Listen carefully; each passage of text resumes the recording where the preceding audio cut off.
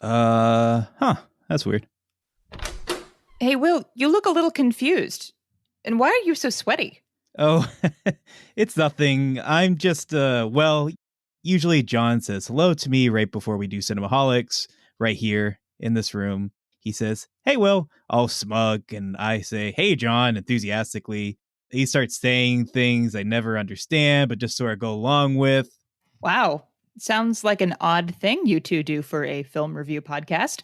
Well, hey, cheer up. Maybe John's just late. Maybe, or maybe I'm talking to John right now. What? Nice try, Abby, or should I say John? I know what you're doing. You're possessing Abby O'Chessie's body using sci-fi movie technology. Well, guess what? I know you like I know the back of my phoenix tattoo on my back. Will, you're scaring me again. See, I knew it. John always says that. Whatever, Will. Just join me in the studio when you're ready to talk about movies, I guess. Ho, ho, ho, ho. Well, I suppose I will, Abby. I suppose I will? What's going on? Who are you, and why are you so sweaty? And is that my Hawaiian shirt? Wait, no, this can't be right. I'm me, not you. You're me, I'm you. Are you telling me the truth? Quick, answer a question only the real Will would know. Okay, fine. What's your least favorite movie? Any movie that John says he loves. What does this mean? Hey, Will, guess what I just got from the video store? That's right. It's that movie I love that you said Will, there's a puddle of sweat by your feet. Wait, you're the real John. But then, who is? Guys, can we hurry up? And can someone oil this door? What is happening right now? Abby, I think something is wrong with the Wills. Yeah, they've been really acting up today. Today? What do you mean, Wills? I guess you could say you've been spinning your Wills lately. Ugh. Wow. Okay, John. Come on, let's do the show already. Yeah, finally. Let's get it over with already. Sure, yeah. Hold on. I'll be right there, guys. What is this? It's a receipt of some sort. It fell out of one of the Wills' pocket. No. This says it was bought the same day I bought the shirt I'm wearing right now. In the same store. No. It's not possible. Who am I? John! That's right.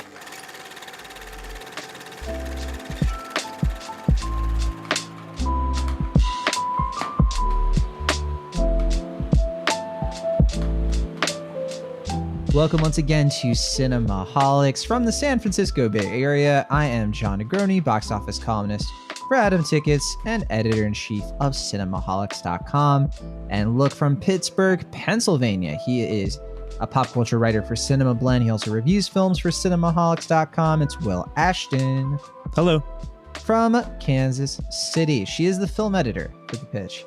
She has bylines all over the internet. We'd be here for days, but I'll say from Slash Film to Crooked Marquee, it's Abby O'Chessie. Hello. I hope you don't mind that rhyme I added, and that extra rhyme at the end of that one that I did that time.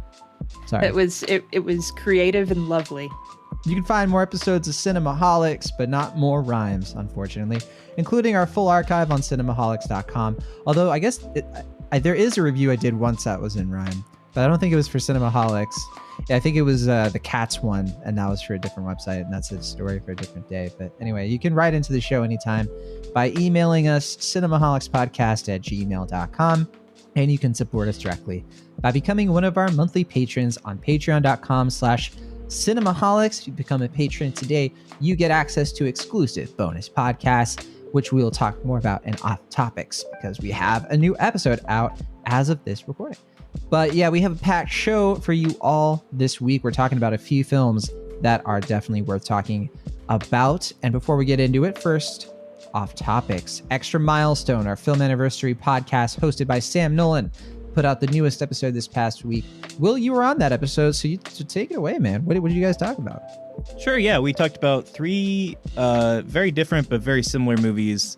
One was Wanda, the 1970s film by Barbara Loden, who wrote, directed, and starred in the film. And we had Tim Burton's directorial debut, Pee-wee's Big Adventure, I should say, and then we finish it up with Agnes Varda's Vagabond. So I thought it was a pretty good episode. I haven't had a chance to listen back to it yet, but I enjoyed the conversation. I have. It made me want to go on a road trip for obvious reasons.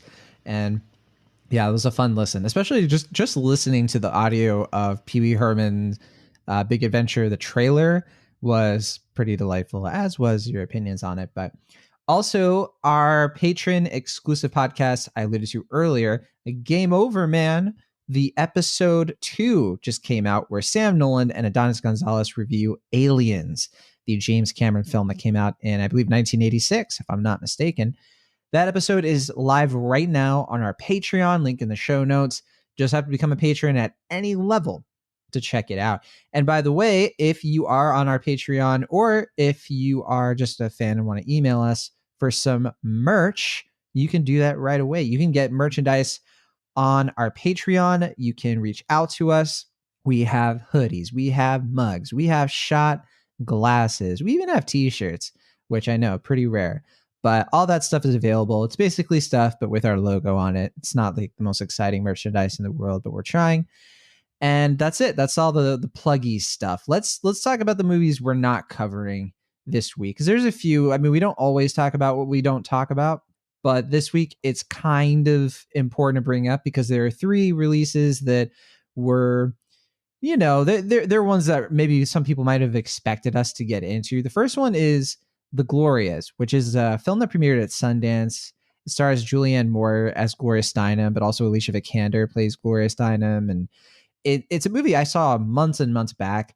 And yeah, I guess the reason we're not covering it is none of us saw it, and I haven't seen it in months. So I am just curious, Abby, are you planning to check out The Glorias? Is it on your radar? Is it not? It's on there. I wouldn't say that it's high on my list of priorities. I haven't heard a ton that is sounding super compelling to want to check it out, but I am curious about the subject matter. So at some point in the future, I may visit it. Yeah, I had an adverse reaction to it when I first saw it. It's just really long, and it felt really rushed over this incredible life. And yeah, I didn't have a lot of positive things to say about it. And so I'm assuming, Will, similar situation for you. But on top of Glorias, there's also Spontaneous, which I think you just started watching, so you didn't have time to finish and see. So we're probably going to have to wait to talk about Spontaneous next week. But yeah, what is that film? Yeah, I mean, that's a new film with, let's see, Charlie Plummer and what's her name from? Catherine Langford. There you go. Yeah, it's a fun movie so far. I have to finish it either tonight or tomorrow, but I'm enjoying it so far. But I'll have to share my thoughts in full when I finish the film. All right, and the last is On the Rocks, which is the new Sofia Coppola film with Rashida Jones and Bill Murray. And I'm just astounded that we're not talking about this. And the reason, it's not our fault. I just wasn't able to get a screener or any access to it. It's, I think, only playing in theaters. And I guess that's kind of something, we don't have time to talk about it, but we don't have a listener voicemail section this week, but we have one coming up that's sort of about movie theaters. But just in general, just the news that Regal is closing all of its theaters in the US. No Time to Get Die moved over to April. And it's looking like a lot of the films that were going to come out in November and December are probably going to get pushed.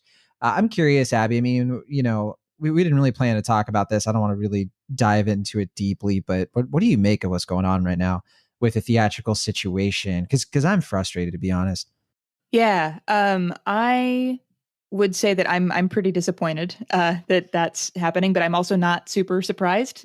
Just given the way that things are going, it's sort of a weird and frustrating time to be covering movies. But fortunately, I feel like there have been a lot of really good streaming releases, so I'm happy to continue covering those. But yeah, I mean, it definitely makes jobs harder for people in our position, and I also feel really bad for folks who have their livelihoods depending on working for larger theaters like that. I know that's a difficult situation to be in.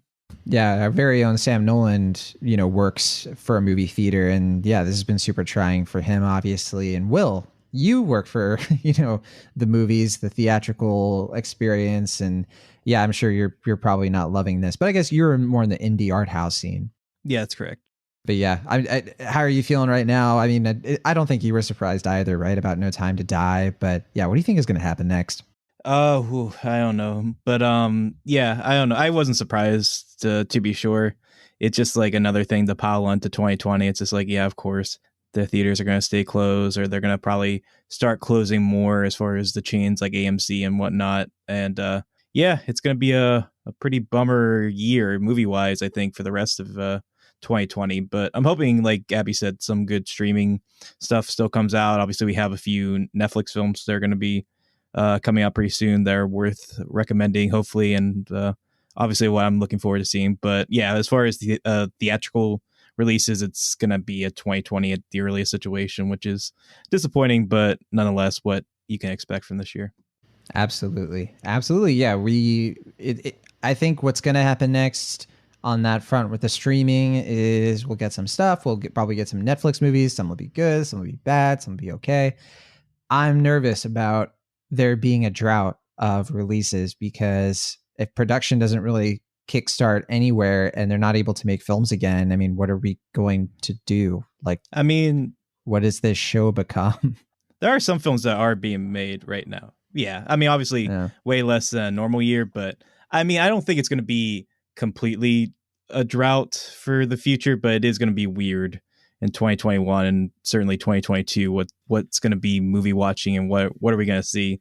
It's probably going to be a lot of documentaries, people Skyping in or Zooming or whatever, but we'll see. We'll it find already out. is. Yeah, I think you're right. And I all I'm trying to say is I think this is going to have to pivot to a podcast that is about Avatar: The Last Airbender. So, I mean, that's Will's idea at least. But anyway, things I say that aren't true aside, let's get into our first review of the week. Let's talk about Possessor. You have a very special nature. One we've worked hard together to unlock.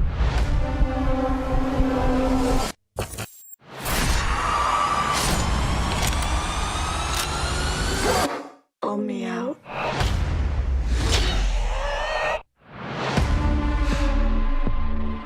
The results are normal. Anything you want to flag? No, I'm fine. Mom! Hi, darling. How was your trip? Dull. Extraordinarily dull. Our next contract's a big one. The target is the CEO of the largest operation in the U.S. He'll be binding to Colin Tate. We can't afford any mistakes on this one. All right, Possessor is another film that came out at Sundance, in addition to the Glorias, but this is the one we're talking about. It definitely has made a bigger impression on a lot of critics. I remember when this movie, it's a science fiction horror film. I remember when Possessor started showing at the critic screenings and the premiere at Sundance, I did not stop hearing about it. I heard that it was really tough to watch. I heard, okay, it's Brandon Cronenberg, and the main vibe was he really earns his last name in this, which, okay. I'm a fan of Cronenberg films, of course, but yeah, I think that it is interesting that he wrote and directed something like this that is being compared to David Cronenberg's work, which I think this film is, I don't know, there's things about it that are definitely its own thing, but we'll get into it. So this is a co-production. It's not just United States, but also Canada, United Kingdom. It stars Andrea Riseborough, Christopher Abbott, Received Sutherland, Jennifer Jason Leigh, Sean Bean. Really good cast and really good production value. This is a neon film, and it's brutal. And the story of it is not super complicated. I was actually a little surprised, like watching it, how easy it was to follow for the most part. Like, it's kind of got a simple story, which is that we have this like assassination corporation. They're people who make money off of assassinations, and they have a special brain implant technology thing where these assassins can inhabit other people's bodies, and they try to commit like the perfect assassination in the sense that it'll never get traced back to the wrong person, and it's set up perfectly to end somebody's life in the way that the buyer wants. And it's a cool premise, and I think that where it goes from there, we're mainly in the shoes of, if I should say that, Andrea Riseborough's character, who's a very fascinating person. She's done this many times, and this sort of experience of what she does of going into other bodies is starting to affect her, and she's starting to sort of lose control a bit of how she's like herself, basically. So that's the setup for the movie. Again, not super complicated, but definitely a little trippy and some abstract stuff. So I'm going to turn it over to you, Abby Olchesi. What did you think of Possessor? Did it possess you to give it a good review? It did possess me to give it a good review. Yeah, there's a lot going on in this movie, and I think the more philosophical aspects of it were some of my favorite parts. Because the deal, it's kind of half of it is that Andrea Riseborough's character is kind of struggling to know herself after having done all of this work where she is imitating other people by connecting to their bodies and taking them over. And that becomes a real problem when she has to inhabit Christopher Abbott's body so that her company can take out a hit on his father-in-law, who's played by Sean Bean. And so she has difficulty kind of maintaining control over the body that she's given because she has kind of lost a sense of her own self, I think, in the middle of that. So there's a lot of really interesting questions about identity and the importance of knowing yourself and the importance of being able to understand your own motivations and how that kind of gives you control over your own actions. This is coming from somebody who's been reading a lot about the Enneagram lately. So this is stuff that I've been thinking about a lot. Abby, what is your Enneagram? I have to know. I am a 3 with a 4 wing. So Whoa. I'm an achiever who likes to feel special. I'm weird. I'm a 2. So Aha. I'm very dependent and introverted, but I love supporting people. So Yeah. I guess that's good. That I'm is 2 good. wing 1. Oh, I see. So you're very law abiding then. Unfortunately. You're a rule guy. That's okay. My dad is actually a 2, so you're in good company. But all that aside, I think the thing that I found really interesting about it was just the ideas of self-knowledge and how that kind of informs self-control, and how there are a lot of questions about Andrea Riseborough's character's own desires and thoughts and feelings that have kind of been erased after all this time inhabiting other people's bodies. I would say there is a lot in it that is sort of difficult to watch, but also if you have watched any David Cronenberg movies like ever, especially his earlier stuff, but pretty much anything like up to like Existenz, none of it will surprise you. And I would say that in some ways I feel like his influences felt a little too strongly in this. There's a lot of it that is its own thing, but I feel like some of its most effective moments visually are things that I would not be surprised to see in a David Cronenberg movie. So I think there's a lot of promise here, but I would like to see in the future from Brandon Cronenberg. I'd love to see something a little more differentiated just to see what else he can do. Yeah, we should definitely give kind of a checkup. Not everybody's probably seen his previous film, Antiviral, which came out about 8 years ago. It's also a science fiction horror film, and I think it's Canadian and French and things like that. Other than that, he's done some short films too. So this is a big like moment for him. I think this is him really, coming out with something really major, create a major project for him creatively. And yeah, I think there is healthy debate to be had in how this film compares to Brandon Cronenberg's father's films. I think for me, the big connective tissue, or I should say the opposite, the disconnected tissue, the thing that really separates them, let's be simple here, is that I think Possessor has a level of coherence and plot symmetry that I tend to not see in his dad's work. And it's not a slam against David Cronenberg. Obviously, he's hugely influential, and Videodrome changed the way that I watch, movies in general. But I think there's something here that does feel special and unique to me, even though it is hard for me to put words to it. So, again, healthy debate to be had. I'm curious where you stand, Will Ashton, on this movie. Yeah, I mean, I was the one that was, I guess, championing this film as far as it being reviewed this week. And that was one I was looking forward to since it was premiering, or it was announced and then premiered at the Sundance Film Festival, because I did like Antiviral. I saw it when it came out, and at the time, or thinking back on it, I was like, oh, I thought it was pretty good. I enjoyed it, but actually looking back to what I had said then, I was like, oh, I actually liked it more than I had recalled, because I do think he captures a lot of the things that his dad does well. I do think he captures the themes as far as, like we said before, like the idea of like kind of like advancing technology, as far as like breaking moral grounds and moral decencies, but also studying like the inherent like perversions and like different psychosis that are in the human body and human interests, and just like obviously orifices play big into his father's films, and maybe lesser so to Brandon Cronenberg's films, but I believe it's still there to an extent, particularly with all the ear shots and things like that throughout this film. But nonetheless, as far as this movie is concerned, I did like it. I mean, I don't think I'm quite as hot on it as John is, not to give away how you're feeling about it, but I think for me, because the movie is so much about identity and so much about like one sense of personhood and like individuality or duality, as far as like who they are and like who gets control, like Abby was saying, like self-control, and like who really controls like your sense of good or moral decency.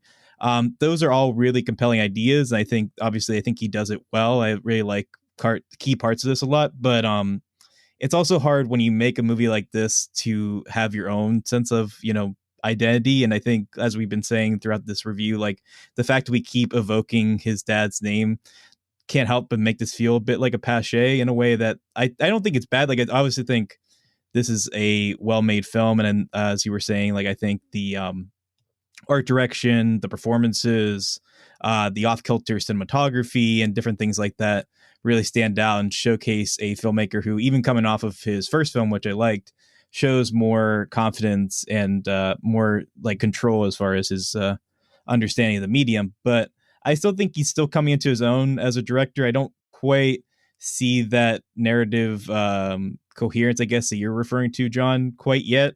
But I am seeing his sense of emboldenment as far as just pushing the limits and just really going out there and like not really restraining himself in any particular sense, which might obviously turn some people off, particularly as far as how violent and how gory this movie gets. But I did enjoy it. I definitely think it's fun. I got to see it at the drive-in, which is, I think, really cool. And I don't know if this is going to be a crowd pleaser. I can't really tell you how the other people felt because I was in my car, but I imagine this is going to intrigue as many people as it turns off, which is cool with me. I definitely enjoy films that don't really care one way or the other how other people feel. They're just doing their own thing. And I think that's the case. But like I said, at the same time, I do think this isn't quite a like quote unquote like Brandon Cronenberg film. It still feels like he is evoking his father in a way that, like, it's fine. He's still coming into his own. This is only his second film. And, obviously, like, this film is going to be reminiscent of like Dead Ringers and Scanners and Existence and Shivers and all these different films that his father did, because they tackle similar ideas and they're also very inherently universal and, human ideas. So, I'm not expecting complete and total originality here, but I do think I'm hoping by the time we get to like his third or fourth film, he's really going to find that balance of doing his own thing and being more individualistic while evoking his father. And I think he's not quite there yet, but he's on the right path. And that makes me excited. I guess where we just disagree is I think that he does this so well, in my view, that it definitely outshines any sort of criticism on originality, because I do think there is an original storytelling structure in this. I think that the way the film showcases how bodies and machines are slammed together kind of in an uncomfortable way to get its point across, it's something we've seen in plenty of other movies for sure, but it does have unique pressure points. And there was a squeamishness to this that's combined with paranoia that I don't see in a lot of Cronenberg, except for maybe Videodrome. But even then, it's like when I think of films that make me paranoid on top of being horrified, I think of films like The Conversation. And this is something that kind of pushed me into that realm of discomfort. And I think that's why I'm responding to it as much as I am. And like I said, I think that it's executing on all of its cylinders in terms of like the visuals here are just meticulously done. There are just little moments in this film that just give me cinematic pleasure. Just seeing like seeing Riseborough's character like watching this person from afar, learning their little habits, trying to apply them, and then seeing David Abbott's performance of somebody who's being possessed, something the audience knows that. Say again? It sounded like you said David Abbott. I think it's Abbott. Christopher Abbott, yeah. But yeah, just his performance here, which I think is definitely nothing to sniff at. And I forgot to mention who plays his wife, Tuppence Middleton, who is kind of a person who doesn't get her due in this movie. It is one of the flaws here, but just there are scenes. She's a good actress. She is, yeah. And I think that this movie definitely utilizes the characters pretty well, but it goes places in unpredictable places because you kind of see where this movie might be going. And then it's like, you think it's this, actually it's a 2020 version of Eyes Without a Face, which you probably didn't see coming. And I know you're probably going to say, you keep referencing other films, it's not original. You know, I don't want to put words in your mouth, but you know, I do kind of get that of like, but to me, it feels way more homage. It feels more tribute to the films before, including David Cronenberg. But all right, I've gone on and on, Abby. What do you make of all this kerfuffle? I think I agree with you a little. I agree with both of you, kind of. I think that there are some elements of it that feel a little like I would love to see Brandon Cronenberg continue to grow and evolve as a filmmaker. I would like to see him grow and evolve in some ways that are a little more divergent, maybe content-wise than some of the stuff that his father has made. However, I will say that, John, I think you're right in that it is a little differentiated from other things. Like, it starts off feeling very cold and clinical, which is something that I kind of tend to associate with David Cronenberg movies. But I think the difference here is that he really gets into sort of the human cost of the technology that he's exploring, like the emotional cost of it. And I think you're right. That's where the performances come into play. And I think Andrea Riseborough particularly is just outstanding. Like, there's a scene early on where she's standing outside of the home of her estranged husband and son, and she's like practicing emotions. Like, she is trying to practice emotions that will make her sound engaged and loving. And you can tell that she's trying really hard, but it's just like, it's an effort for her. Whereas when she's trying to imitate the actions of Christopher Abbott's character, Colin, she picks up on it pretty fast. And I think that becomes a really interesting issue when you have both of those personalities in Abbott's body. And honestly, I think he has the more challenging of the two performances because he's having to do these actions in such a way that you're constantly questioning who's actually in charge, whether it's him or Andrea Riseborough's character, Tasya. And I feel like there's a lot of push and pull between the two styles of performances. Like, Riseborough's is very restrained and more quiet and kind of interior, and Abbott's is much more it's louder, it's more emotive, it's more bombastic. And so kind of seeing how those two sides play in the same person is a fascinating thing to watch. And I feel like that is something that that this movie gets that I wouldn't necessarily expect to see quite on that level from other movies like it. So in that way, it is unique. Yeah, I'll admit I'm still processing it, including I told Will, like, while I was watching that I wanted to restart it.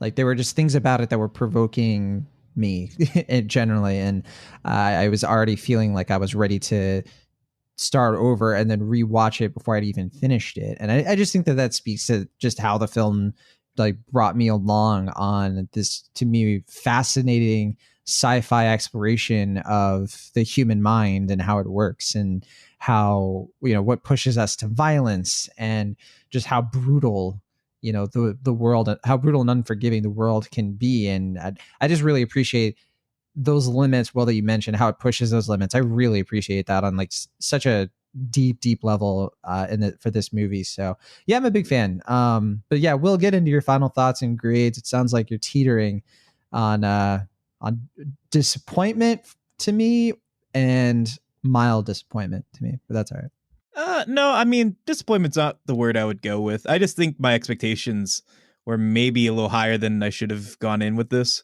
Because I just really love that trailer. It's one of my favorites of the year. And I agree with you. I think from a visual standpoint and from an acting standpoint, this is really top notch. And I mean, obviously, Andrea Riseborough, she's a chameleon. I don't know how she looks like a different person in every movie, Like it just baffles me. Like if you like showed me like 5 pictures of her, and I would not think it's like the same person. She just has a way of like becoming a different person in a really effective way, which obviously makes her perfect for this film. Fitting. Which, nonetheless. But yeah, I do think the movie though rides on Christopher Abbott's shoulders, and I think he's really one of our like best working actors, our best young working actors, I want to say, because I think he's really doing some interesting character work. I think he's doing some stuff that really appeals to me, and yeah, I think the movie kind of rides on his shoulders, and I think he does it really well. And I think, that's the reason why I was really able to get into it with the second half. And I do agree with you, Abby. I think that's where more of like Brandon Cronenberg style is starting to come into play, where he's not really fully imitating his father, but rather kind of finding his own like pressure points, as you mentioned, as just kind of figuring out what his style is going to be moving forward, which is really what gets me excited, especially seeing him come out so confident with just his second film. But yeah, I mean, I like the film. I don't want to make it sound otherwise. I think it's well made.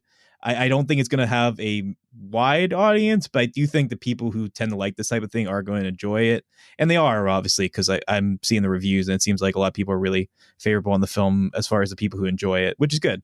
I did like it, though. I'm like a high B on it, verging on a B+. Like, I like it. I think it's fun. It makes me really excited to see what Brandon Cronenberg is going to do with his future films. Hopefully they come along sooner than his second film, because it took a good bit between Antiviral and this one. But yeah, I think he has a good future. Bright head on his shoulders. I'm excited for it. The only thing I would disagree with is I think Paranoia, I would say it plays more into David Cronenberg's film than you're suggesting. Like when I think back on like the idea of just body horror in general, is just the idea of not really knowing like who you are and what your capabilities are. And that to me just seems like such a paranoia inducing idea by design. And I think that is evocative of this film, as well as David Cronenberg's films as well. Okay, I can clarify. I'm talking about societal paranoia versus body horror paranoia. And I think that's why I mentioned conversation. And I don't see that same like socio-political, like the world is like tipped against me in a lot of his films. Like some for sure, but in this one I felt it was pushing a lot more. I don't know. I guess we'll just have to disagree. I get what you're trying to say. I feel like that's pretty present in a lot of his films, just to maybe milder extent in some than others. But I haven't seen every one of his films, so I don't want to speak as though I've seen all of them. But yeah, no, I'm favorable in the film. I liked it. Maybe a little less than you. I'm not quite sure where Abby stands on it, but it's a good time. I enjoyed it. It's fun. All right. Yeah. We don't know if Abby is going to give it a B or an A for Abby. Okay. Oh, sorry, Abby. Grown. Yeah. It's a lot today for me. I get it.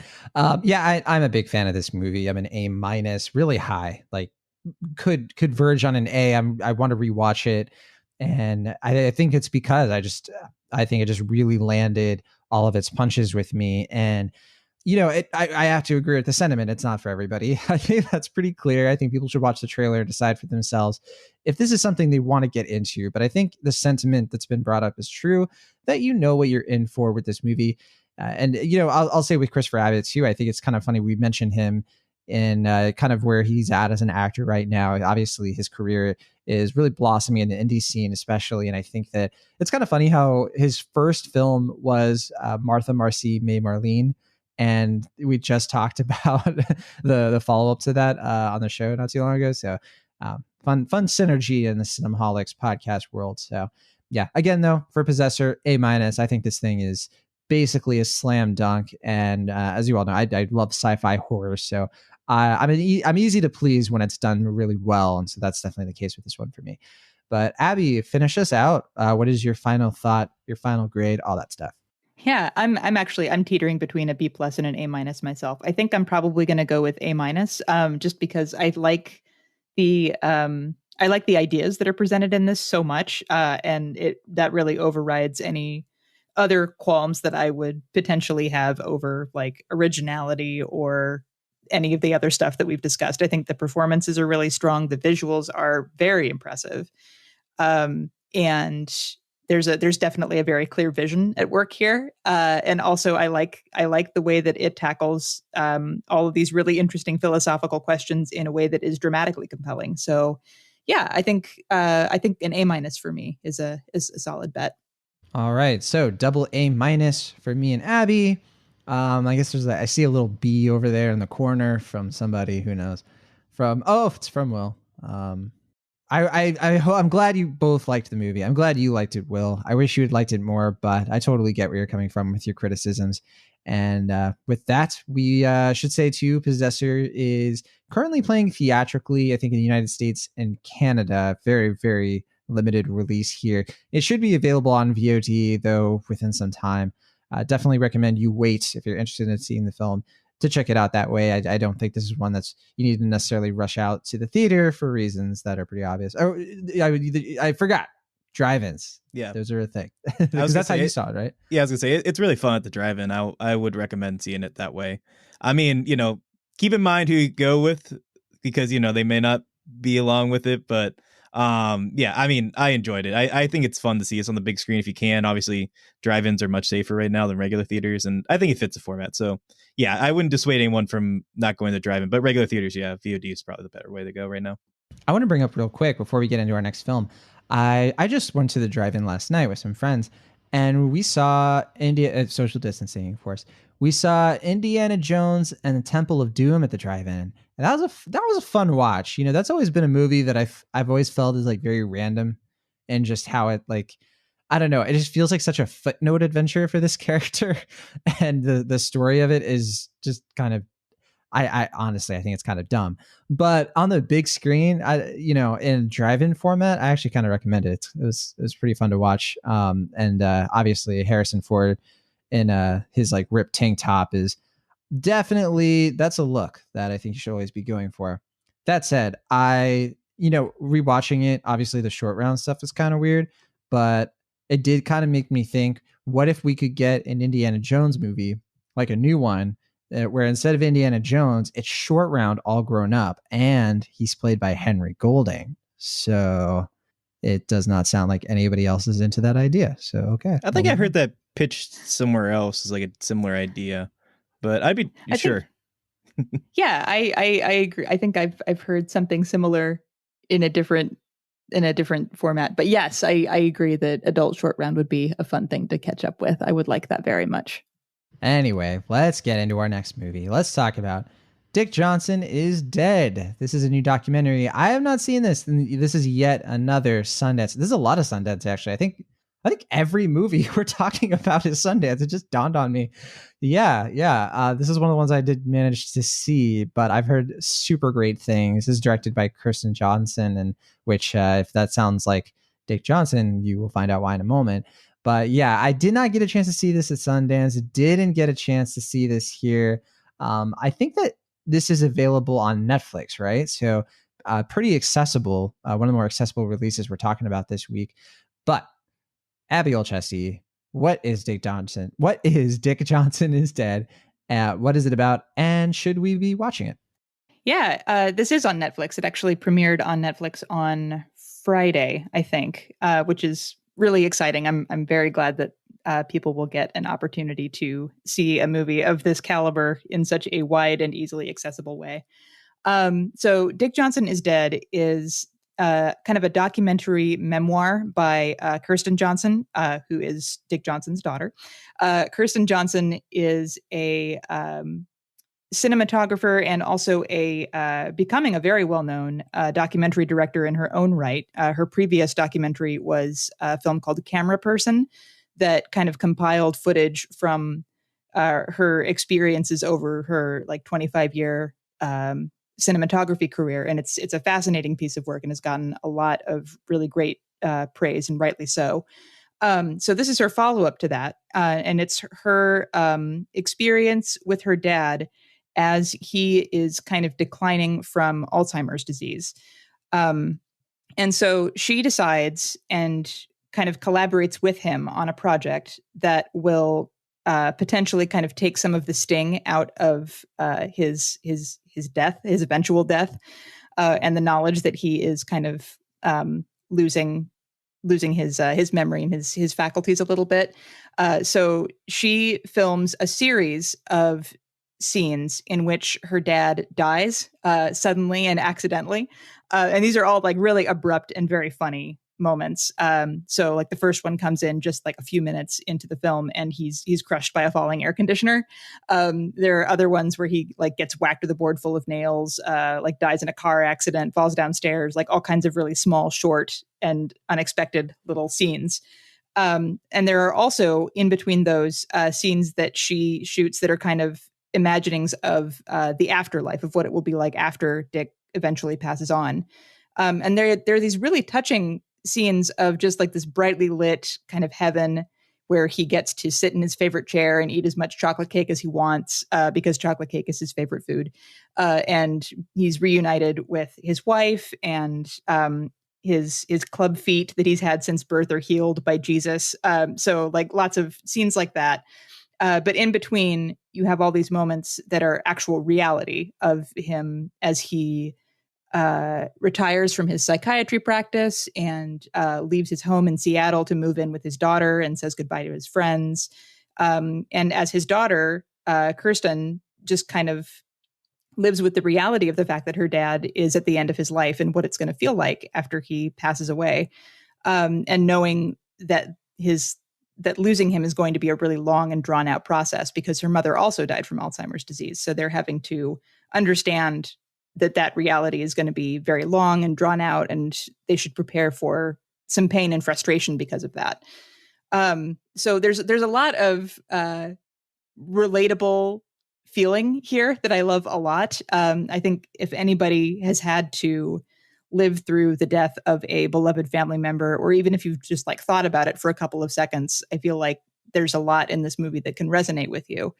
And I think the way that she tackles this subject and the creativity with which she tackles it, I think just displays how much she loves her dad, which I think is also another thing about this movie that is just so moving, that it's a real expression of love from a daughter to her father. And you can see the amount of care that she has for him in every single moment. So yeah, I like this movie a lot. I think it's really beautiful and sweet. And it packs a real emotional wallop. It's very funny, but it will also make you cry. All right. Yeah, I've heard this one is a sobering watch, one that I really want to see for that reason. And it was mentioned earlier that I think you said it, Will, that maybe all we're going to get are documentaries at some point because of the drought of films. And maybe if they all have to be documentaries, if they were all like Dick Johnson is Dead, would that make you happy? Oh, absolutely. Because, I love this movie. It's easily one of my favorites of the year. And I think Abby said quite well why.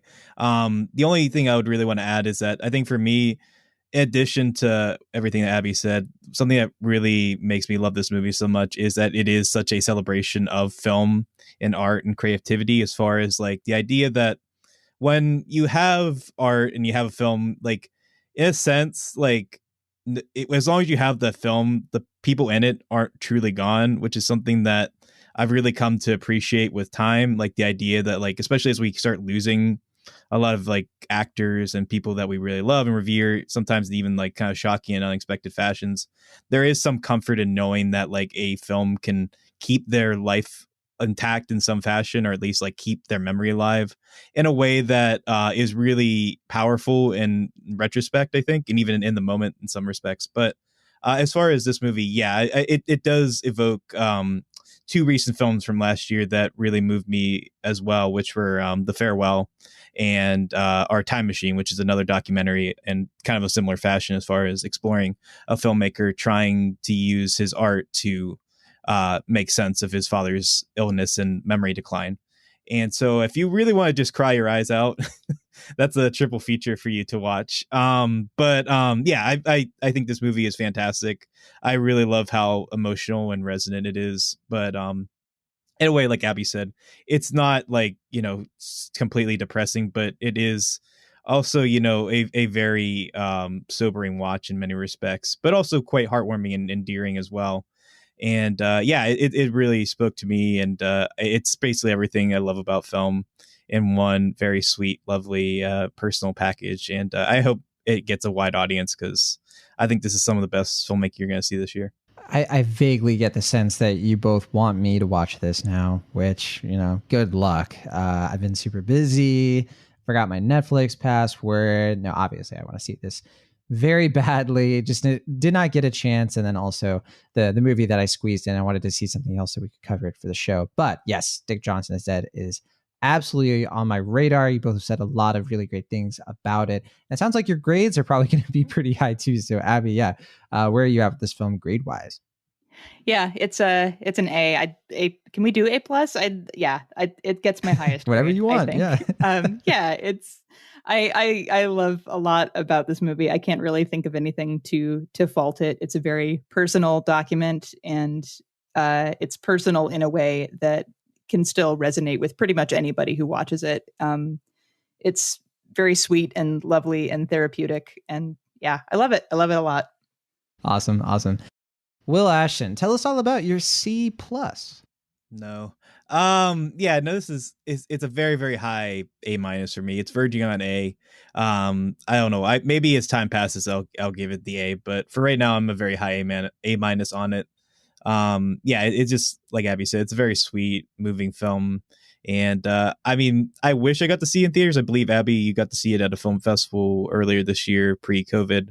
And I'm definitely a bit envious of that, because I think seeing this in theaters would have been a really amazing opportunity, especially for some of these visual sequences, like you mentioned, the like Nirvana heaven sequences that are done in a very hyper stylized slow motion fashion, look gorgeous. And I wish I had that experience, but alas, even on Netflix, it's worth a watch for sure. So yeah, high A minus for me. I am very excited to see this, just for even Kirsten Johnson. Very curious about more of her, her life and this sort of style. I never saw Camera Person, but I remember hearing such great things about that. And it's good.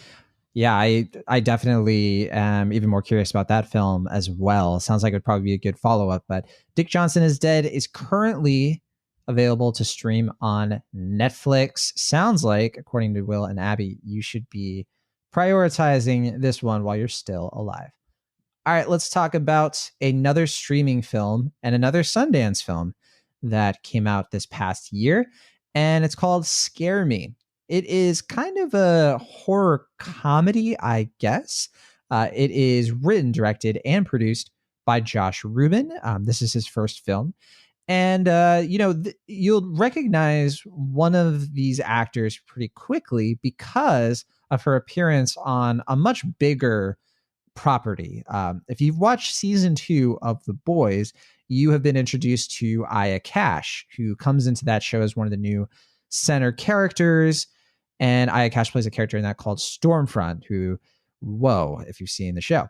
But in this movie, this was my introduction to Aya Cash, because I had never seen her in anything before. I know, Will, you're more familiar with the dark comedy series she's done, You're the Worst. That's just something I haven't seen personally, but I think that's probably what she's best known for before this. Yeah, I've only seen a little bit of that show, but I've been told it's fantastic, and what I've seen is really good. So okay, I would like to check that out. Yeah, it sounds like it is worth checking out. And so it also stars Josh Rubin, this movie, along with Rebecca Drysdale and Chris Redd. And the idea of the story is that we have this kind of down and out guy. He is kind of a terrible writer, basically. And I'm recounting the story as I remember it when I saw this in January, by the way. So you two will have to carry this review a little bit, because some of the details are a little fuzzy for me. But I do remember that he's sort of forced himself to go to this cabin to try to ignite a writing career. And who is across the way from him, but somebody who is around his age, but has seemingly easily found really great success as a horror writer. So she kind of, stumbles across him, and they start talking and getting to know each other during a snowstorm. And she starts to sort of challenge his idea of what makes a scary story good. So we kind of have something that's like, it's not the high concept idea of something like, Cabin in the Woods. It's not like a parody or a satire like Scream. It really is more of like an existential look at how we tell scary stories. And we kind of find out that sometimes the people who tell these stories are maybe the true horror. So that's kind of the idea of this movie. I have to be honest, I I remember this movie. I remember thinking this movie was okay. I didn't have like a big aversion to it. I like the idea of it. I love Aya Cash's hands sweater in this. I'll never forget that. And there are moments, it has its moments. It's, the thing is, it's not very funny and it's not scary. So I don't know what this movie is trying to do to me. So I just kind of walked away from it very unaffected. But Abby Olchesi, you just saw the film. It is on Shudder right now. What did you think of Scare Me? Are you about to scare me into changing my review? I might. I don't know. I actually really enjoyed it, and I found it very funny. There was at least one point that I got a full on like snort laugh. So I think it did it for me. I would say that it is a pretty lo-fi movie, and I think it's right at home on a service like Shudder, where I think a lot of horror fans and also fans of some of the series like The Boys and You're the Worst, which are also on other streaming services, I think can find a lot to love. I do think that it would probably struggle among some higher profile releases, like in a place like Sundance, which I did think about while I was watching it. I thought, like, if I were to see this at a film festival, I might not think that highly of it, but seeing it on a smaller screen in my home, like the second night of October, was perfect. It was great. It was awesome, kind of Halloween setup movie times. But yeah, I think there's a little bit of interesting competition going on, basically, between the characters. So Aya Cash is the much more successful writer of the two of them, and she comes over to Josh Rubin's cabin in the middle of this blackout during a snowstorm. And as they get to know each other, she challenges him to a storytelling competition. So the format of it is the two of them telling each other scary stories. And then later, Chris Redd, who's delivering them a pizza, joins in as well. And they are just kind of jumping around the cabin and reenacting them. And that's where most of the humor comes from. It comes from like really weird setups and strange voices and characters that they put on. And yeah, I find those parts of it to be really, really funny and enjoyable. And it's a really interesting approach to low budget horror movie filmmaking in a way that feels really effective to me and kind of creative. Like I feel like this could have been made and probably was made with very, very little budget, because it doesn't really require much of one. And I thought that the storytelling approach was really clever and fun, and it was pretty obvious that everybody was having a super good time. Yeah, it feels like you're in a living room getting drunk with your friends who like to tell scary stories and might have some really obnoxious personality quirks as well. So yeah, in that sense, I really enjoyed it. See, that last thing you said there, that's why I was a little disappointed, because the context for me seeing this, to your point about how it felt like it fit at home, like in Shudder and in the comfort of your home, that makes a lot of sense. And I think especially this time of year, I think it'll probably be a total blast for like a lot of people who are looking for that. I think my context was, it was January, it was Sundance, it was cold, there was snow, and I was hanging out with like movie people, writers, and we were sort of like talking to each other about stories. And so that's why I'm a little surprised this movie didn't affect me more. I didn't have that sort of moment where I felt like I connected to it, even though I think Aya Cash in this is like, just, I think Chris Redd is really fun in this. I'm really glad he shows up because he kind of pumps the film up a bit. I think for me, the weak link is Rubin, unfortunately, but everything with Aya Cash, I just kept thinking to myself, this character, this setup for her writing, her performance, I really want to see her in other things. That's kind of what went through my mind. And I'm glad that I saw her in The Boys, because I think she's pretty good in that show. But all right, Will Ashton, Abby and I, we've been competing a little bit. We've been telling stories or reviews, whatever you want to call it. But you're here to deliver us a pizza, it seems. I guess so. Yeah, that would work for this metaphor. Yeah, I'm right at home with what you were saying, John. Like, I think everything you said is basically where I'm at. I might be a little more positive than you, but only to maybe an extent, because like, I mean, the metaphor you use with being in someone's house and like watching them like do comedy, to me, the metaphor that came to my mind was like going to a college improv show, and like you're there to like kind of help out your friend, and it felt like, yeah, like obviously like Aya Cash is like the standout, and it's like, okay, like you clearly are good at this, you can do this, but like Josh Rubin's putting on the show, so he keeps like standing out in front. It's like, oh, but like I can do this voice, and like I can do this, and he's like, you know, no one really wants to say anything, but he's like kind of dragging it down, which I feel bad because it's his movie. But in any case, like I don't know, yeah, for me, like I think she's clearly really talented, and I think she carries the movie quite well. And I will give props to Rubin as a filmmaker as far as like obviously being in one location that's like not especially cinematic, to do a lot to like make that stand out in key moments and like kind of use some visual flourishes in certain scenes to make that work, as far as like doing kind of different camera work and different things to make it have some visual flourish. I do think in key scenes when they're doing like the storytelling stuff in the middle, like that does start to work because he can kind of have more fun as a filmmaker. I just kind of feel like as an actor, he's like just kind of meh to almost too meh. Like I get that like the actor or the character, I mean, is supposed to be a pretty I never meh believe person. him. Yeah. I don't buy it, like anything with his character. And so, yeah, I just never fully got invested with it. And I found that the movie itself, it just kept teetering between charming and grating. And I think it kind of slewed a little bit closer to grating for me than charming, just because it seemed like it was so infatuated with itself throughout that I never really found it super funny. Like it seems like it's trying to constantly like one up itself in a way that I don't know. I wasn't super with the comedy in it, but I did get a couple chuckles. Like I said, I think Aya Cash is funny. And I think, like you said, Chris Redd, like he does bring some life into this. And I think his enthusiasm for storytelling does come at the right moment, because it just brings a little bit of extra life into this in a way that I think was smart. And I think it plays well to his strengths as a performer, especially since I feel like he hasn't really gotten his due on SNL yet. I haven't watched a lot of SNL recently, but I always feel like he could be doing more than what they give him. So I do like that like movies like this are around to help his profile build. But yeah, I'm closer to you where you are on this one, John. Unfortunately, I'm not fully with it, and all I could really think throughout was just like, I really wish Aya Cash was in a better film because I feel like she clearly has the star power for it, and I'm excited to see where she goes next. Yeah, I do want to say even I'm with you on the humor, but I am with you on some of those positives you brought up. The filming of it, the way it's shot on location, and all of that works. I think this whole thing works conceptually. It's like I said, I just think that I felt like I watched a movie where it was clear to me Rubin, wanted to tell this story. He wanted to get a message across.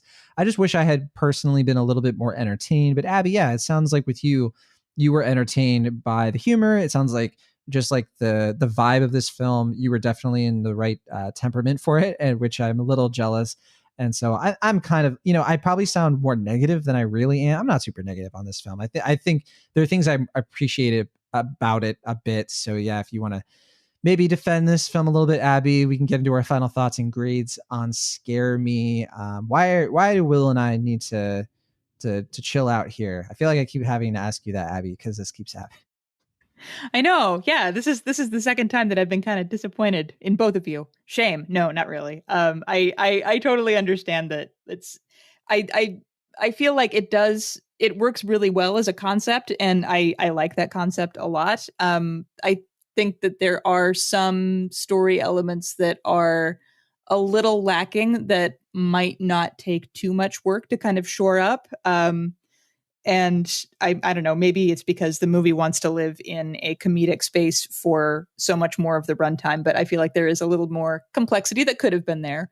But for what it is, and it's also not a very long movie, I enjoyed the performance elements of it. I enjoyed them a lot. And I think that of the three actors in it, Rubin may not be quite as polished as the other two, but I mean, I think he still brings some really great strength to it. He does some really great voice work and a lot of physicality that I think is worth noting, and it's a lot of fun. So yeah, I think it's not a terribly I don't know. I don't want to say it's not ambitious, because I think it is ambitious with the kind of limited resources that it's using. But it's a fairly low key movie, and if you're just looking for like an hour and 45 minutes of solid, fun entertainment on a Friday night on a streaming service like Shudder, I feel like this really scratches that itch pretty well, because it did for me. So yeah, I'd say grade would be like a solid B. All right, solid B for Abby. Abby gave it a B. Finally, got to say that. Okay, Will Ashton, what did you think of this one, grade wise? Yeah, that's the thing. I'm really between B minus and C plus on it because I do recognize the positives. Like I admire Josh Rubin for, you know, putting so much personality as far as like the acting and, you know, recognizing that like Aya Cash is like the star here and doing a good bit to let her shine. And I think, you know, when she gets to do her thing, she's really a standout, obviously, because she's quite a talent. But yeah, I mean, as far as a movie, it's fine. Like I don't think it's bad. I just don't think it's exceptionally good either. And I never was like fully with it in a way that like I felt like I could really get with it, or I was like really put off by it. I kind of wish it was either better or worse, because then I would have an easier time grading it, just for me at least. But yeah, I mean, I think I'll give it a high C plus with the potential of going to a B minus. Maybe if I chill out a little bit and just like think back on it, I'm like, I was a little harsh on it. You know, it did some things right. Maybe I just need to chill out a bit. But at the moment, I'm closer to C plus, so that's where I'll give it. That's what I'll give it. Yeah, I'm facing the same exact crisis. I think I was thinking about this a lot too when I was putting my like yearly rankings so far list together. I didn't know what to make with this film, if it was B minus or C plus for me. It is hard to grade because for me, I feel like I'm grading the effort more than anything here, not really the film, which probably isn't the best. But yeah, it is one of those situations where I'm gonna say B minus just because I don't think there's enough in here to hate. Like there's nothing in here that's like bad necessarily. Like even Ruben's performance, which, you know, we've been a little harsh on, is yeah, like Abby said, it's not bad. I think that he is doing, you know, engaging stuff in here. It's almost like the missed opportunity, the missed potential is what is kind of like getting me down in the way I talk about this movie and why I just don't really have an interest in seeing it again. So I am looking at it, kind of grading it on a bit of a curve and appreciating it more than like actually enjoying it. And it's not a film that I easily recommend unless you have a Shudder account and yeah, you're in the mood to check out a fun little kind of claustrophobic horror comedy light kind of thing. So that is Scare Me. It's available to stream right now on Shudder. And yeah, I think we just have one film left. I'm the only one who saw this one, Save Yourselves. This is our last Sundance film of the week. My gosh, I can't believe we just talked about all Sundance films on the show, and even mentioning like Glorias too. That was Sundance. Oh my goodness. What other film festivals have come out this year? But okay. Save Yourselves. This is a new comedy, very indie comedy, directed by Alex Houston Fisher and Eleanor Wilson. And the whole idea of this one, this is another kind of low budget, very like quirky Sundance style sort of film that it stars Sunita Mani as Sue and John Paul Reynolds, hard to say for some reason, as Jack. And they're this kind of like hip early 30s couple living in New York. I want to say Brooklyn. And they, you know, the technology dominates their lives. You know, these characters are my age. I'm turning 30 in a couple of weeks. And, you know, one of the characters here is like just turned 30 and kind of like looking at what they've done in their lives. And, you know, because they're like I said, they're like a hip millennial couple. They're the sort of millennial, like where the millennials who are a little bit older than like me and Abby and Will, I guess, they're like the hipsters, right? Like a decade ago, when the whole hipster thing was really being a thing. They were older than us. We kind of inherited some of that stuff, obviously, because we were in our early 20s. But now, you know, we're starting to get to that point, and we're still trying to figure ourselves out. Like, what are we? Like, what is this? What, you know, this connection between an appreciation for nostalgia, you know, like having a typewriter in the park or some nonsense like that, versus like being so connected to our phones, right? And it's a tricky balance. And this movie kind of jumps into this like source material in a very high concept way, because it starts off sort of being just like a quirky offbeat comedy about this couple who they're having trouble communicating. They're having trouble sort of disconnecting from technology and connecting to each other. So they decide to go to a cabin for a week and no phones or anything like that.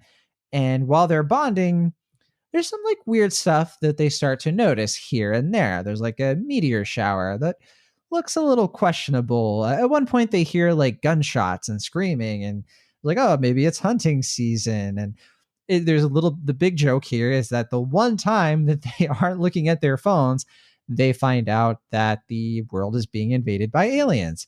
And I don't want to say much more beyond that, except the film is very metaphorical.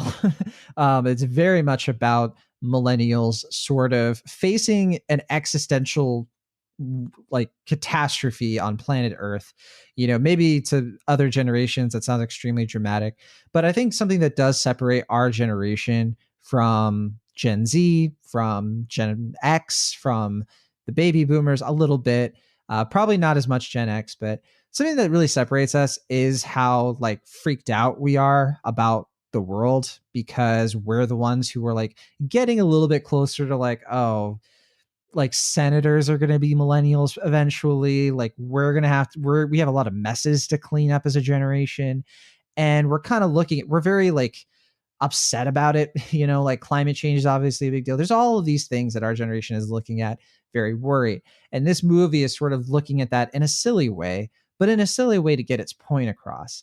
And I'm not talking a lot about like the details of this movie. I know that like, I haven't really gotten into the specifics of the characters. For example, like Sue is a character who I see so much of myself in, right? I don't see myself in the male character as much here, but I do in some respects. He's somebody who's sort of grappling with like, what is masculinity? Like, I'm not good at like the more traditional masculine roles of like being able to fix a car, but I'm also not good at like these more like modern masculine roles, like being able to like cook really well, or being very like helpful and useful to people. So there is sort of like that situation, but he's very reserved. He like shuts down, and he's not good at like talking about like what he really thinks about things. And that's all relevant because then once things start to hit the fan, the movie then becomes about like, okay, millennials, we got this. We can go out and we can make something of this. It's not going to be perfect. We're not going to change the planet. We're not going to save the planet. We're going to save ourselves. Like that's really what this movie is getting at. It does it in kind of a sweet and very humorous way. I laughed a lot during this movie, and I think it works because the casting in this is just absolutely perfect. And I just think these two actors, I think anybody else, not almost anybody else who could have taken on this role as Jack, trying to do what he's doing, probably couldn't have nailed it, because he really gets close to being insufferable and annoying and somebody you don't want to spend time with. But over time, you do see why they're a couple. You see what Sue sees in him, and you kind of get the feeling that there's a lot of room for growth for these characters. And I don't know, I just think that this film gets to its beating heart. It makes it look easy, the way it's able to combine humor and heart and this sweet tone, while also being a very fun, low budget look at like, what if we had $20 to show aliens on the screen, and they do it in a very funny, fun way. So I have almost no complaints with this movie, except that, look, it's not shooting for the moon or anything. It's not the most subtle movie. It's pretty obvious what it's trying to say. And I think it's a very specific thing. I don't know how other people outside of this age group are going to respond to this movie, to be honest. Maybe some older Gen Z folks will get a lot out of this. I think Gen Xers probably think this is some pretty ridiculous stuff. I'm not sure. But yeah, for me, as somebody who feels a lot of what these characters are feeling right now, I had a good time with them. So I recommend Save Yourselves. I give it an enthusiastic B+. But Abby, Will, are you planning on seeing Save Yourselves? I told you, got a little bit of a screener if you want. It sounds like you guys want to save yourselves the trouble. I'd actually would really like to see it. I'm excited to check it out. I'm sorry that I missed it this week, but yeah, I've been enjoying hearing about this and the lead up to it. And your review sounds like exactly what I had hoped it would be. So yeah, I'm excited to check it out soon. Yeah, I'm curious for sure. I mean, I was amused throughout the week that you spoke of this film as if I knew what it was or if I had any idea what it was. So, Well, you seen Save Yourselves yet? yeah. Like you get the idea. Anyway, yeah, I am curious after hearing what you have to say about it. So sure, I'll check it out. Definitely manage your expectations. It's not an amazing film. I just had an emotional connection with it, which is what pushes the grade up quite a bit for me. But yeah, just a fun little indie movie that I hope some of you have time to check out while you still can, because aliens. All right, that's it for our show this week. Lots of fun reviews, lots of A's thrown around in this episode. Very happy about that. Definitely some films we'll probably be talking about in our top films of the year later this year. So with that, don't forget to leave us a review for our show, rating on Apple Podcasts, Stitcher, wherever you can do that sort of thing. We're on our social pages. All that stuff is in the show notes, our Facebook, our Twitter, our Instagram, also on YouTube. And last but definitely not least, send us an email on cinemaholics@gmail.com. Oh, and one more thing, if you want to leave a voicemail for the show, you can find us on the Swell app. Link to that is in the show notes. And you can answer one of our weekly questions and maybe hear your voice on the show. We would love to hear it ourselves. But all right, that'll do it for us this week. From the Internet California, I am John Negroni. From the Internet Pennsylvania, I'm Washington. From the Internet Kansas City, I'm Abby Olchesi. See you next time.